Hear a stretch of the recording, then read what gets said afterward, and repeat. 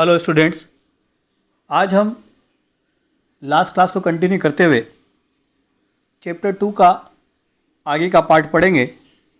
हमने last class में पढ़ा था कि डेमोक्रेसी हम किसे कहते हैं, पॉलिटिक्स हम किसे कहते हैं, डेमोक्रेसी की क्या आवश्यकता है, डेमोक्रेसी के क्या क्या फीचर्स हैं, और उन फीचर्स को समझाते हुए हमने कई देश की घटनाओं के माध्यम से एक्चुअल डेमोक्रेसी को समझने का प्रयास किया था। हमने समझा था कि डेमोक्रेसी के एक features major decisions by elected leaders, free and fair electoral competition, one person one vote one value, rule of law and respect for rights. और ओवरऑल हम ये कह सकते थे कि democracy is a form of government in which the rulers are elected by the people. आज हम उसी चैप्टर को कंटिन्यू करते हुए ये समझने का प्रयास करेंगे आखिर डेमोक्रेसी क्यों। कुछ लोगों का इसके फेवर में मत है, कुछ लोग इसके अपोज में हैं। सबसे पहले हम पढ़ेंगे आर्ग्यूमेंट्स अगेंस्ट द डेमोक्रेसी। आप फर्स्ट स्लाइड में देख रहे होंगे, बहुत सारे लोगों ने डेमोक्रेसी के खिलाफ बहुत सारे अपने मत दिए, अपने विचार रखे, और उसी को हम यह समझने का प्रयास करेंगे। First, leaders keep changing in a democracy, this leads to instability. बहुत लोगों का मानना है कि हर 5 साल में चुनाव होते हैं और चुनाव के बाद कई बार ऐसे देखने को आता है कि बहुत सारे लीडर्स चेंज हो जाते हैं। कुछ लोगों को दोबारा चुनाव नहीं लड़ना होता है, कुछ लोग चुनाव में हार जाते हैं, और इस प्रकार से हम देखें तो बहुत थोड़े थोड़े समय अंतराल में लीडर्स चेंज होते रहते हैं। इससे भी इनस्टेबिलिटी की भावना जन्म लेती है। वहीं मोनार्की के अंदर हम बात करें तो लंबे समय तक एक राजा और रानी जब तक उसकी इच्छा हो या जब तक वो खुद को ठीक समझता हो, उस देश या राज्य या नगर की व्यवस्था को देखता है। कुछ लोगों का कहना है democracy is all about political competition and power play, there is no scope for morality. कुछ लोगों का ये भी मानना है कि डेमोक्रेसी के अंदर पॉलिटिकल बहुत सारा कंपटीशन है, बहुत सारे लोग अपनी ताकत का उपयोग करते हैं, सिद्धांतों की कोई बात नहीं रहती, चुनाव के अंदर बहुत सारी अनफेयर प्रैक्टिसेस करने का प्रयास करते हैं, कहीं ना कहीं लोगों को लालच देकर वोट लेने का प्रयास करते हैं। Third point, so many people have to be consulted in a democracy that it leads to delays. हमने पहले पढ़ा भी था, डेमोक्रेसी में कोई भी डिसीजन कोई एक व्यक्ति नहीं लेता, चुने हुए जनप्रतिनिधि को फैसला करना होता है, और समटाइम्स एक डिसीजन को करने में कई बार बहुत लंबा समय लग जाता है। इसलिए भी बहुत लोगों का मानना है कि अगर डिक्टेटरशिप या मोनार्की हो तो वहाँ एक व्यक्ति तुरंत फैसला ले सकता है और बहुत जल्दी फैसला ले सकता है। वहीं डेमोक्रेसी के अंदर इतने सारे लोगों से कंसल्ट करने के कारण कई बार ऐसा देखने में आता है कि डिसीजंस डिले हो जाते हैं। नेक्स्ट स्लाइड पे देखेंगे हम नेक्स्ट पॉइंट को, elected leaders do not know the best interest of the people, it leads to bad decision. कई बार ऐसा भी देखने में आता है कि जिन लोगों को हम चुनकर भेजते हैं, चुनाव में जिताते हैं, और चुनाव में जिताने बाद देखने में आता है उनको यही पता नहीं है कि मेरी क्षेत्र में क्या समस्या है, मेरी कॉन्स्टिट्यूंसी में क्या समस्या है, और 5 साल तक वो उन समस्या को ही नहीं समझ पाते और उनका कार्यकाल ख़त्म हो जाता है, और कहीं ना कहीं वो क्षेत्र, कहीं ना कहीं वो राज्य, कहीं ना कहीं वो देश 5 साल के लिए पिछड़ जाता है। Next point, democracy leads to corruption for it is based on electoral competition. कई लोगों का ऐसा मानना है कि डेमोक्रेसी कहीं ना कहीं भ्रष्टाचार को बढ़ावा देता है, और चुनावों के अंदर जब प्रैक्टिसेस होती है, चुनाव के अंदर लोग जाते हैं, तब कई प्रकार की लालच को देना, कई प्रकार की चीज़ों को बंटवाना और कई प्रकार के फ्रॉड ट्रिक को करना डेमोक्रेसी में देखा भी गया है। Ordinary people do not know what is good for them, they should not decide anything. Bharat जैसे देश या अन्य देशों में भी बहुत सारे ऐसे सामान्य लोग हैं, बहुत सारे सीधे साधे लोग कह सकते हैं, कुछ इलिटरेट भी होंगे, कुछ लिटरेट भी होंगे। उनको यही पता नहीं होता कि हमारे लिए अच्छा क्या है। कई बार वो परिवार के कहने पर, कई बार वो समाज के कहने पर, कई बार वो दोस्तों के कहने पर, कई बार पैसे या अन्य लालच में अपने वोट का मिसयूज भी कर जाते हैं। ये भी डेमोक्रेसी में एक नेगेटिव पॉइंट बहुत लोगों का मानना है।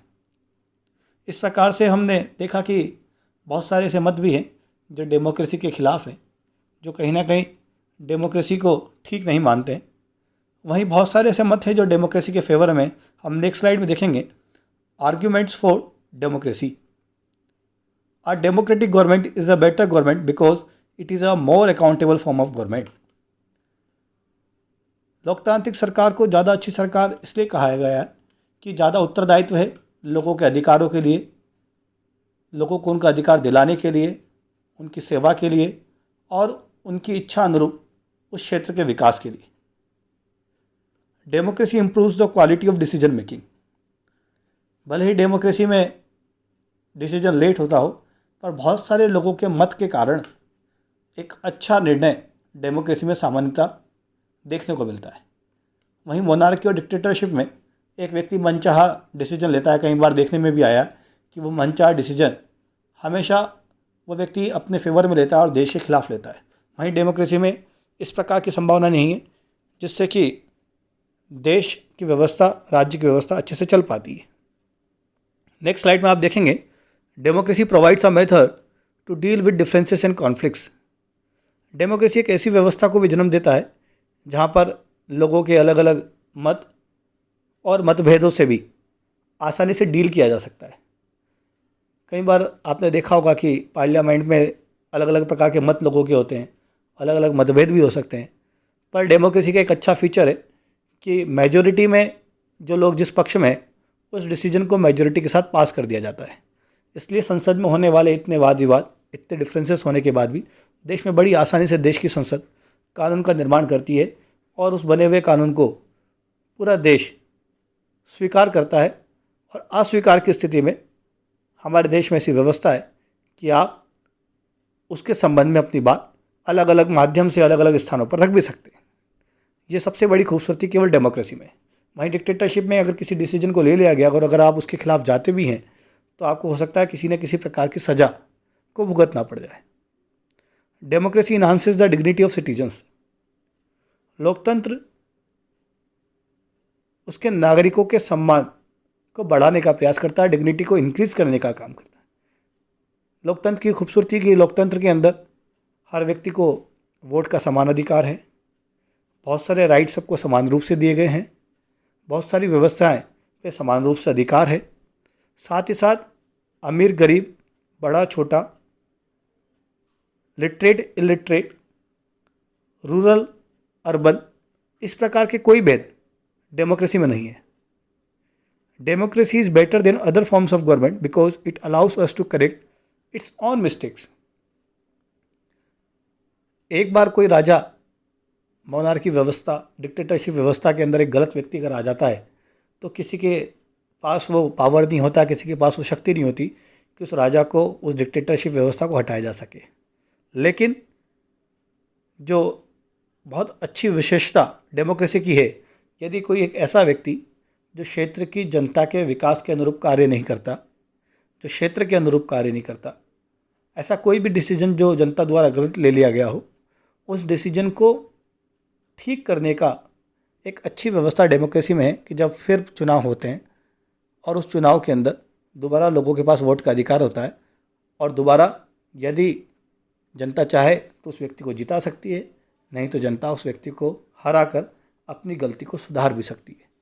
इस प्रकार से ओवरऑल हम देखें, बहुत सारे नेगेटिव पॉइंट भले ही डेमोक्रेसी में है, पर एक व्यक्ति की स्वतंत्रता के साथ उसको अपने जीवन जीने की आज़ादी, उसको अपने अधिकारों को एंटरटेन करने की आज़ादी, अपनी बात को रखने की आज़ादी और स्वतंत्रतापूर्वक अपने समाज में, देश में, राज्य में रहने की आज़ादी यदि कोई व्यवस्था दे सकती है तो उसका नाम डेमोक्रेसी है।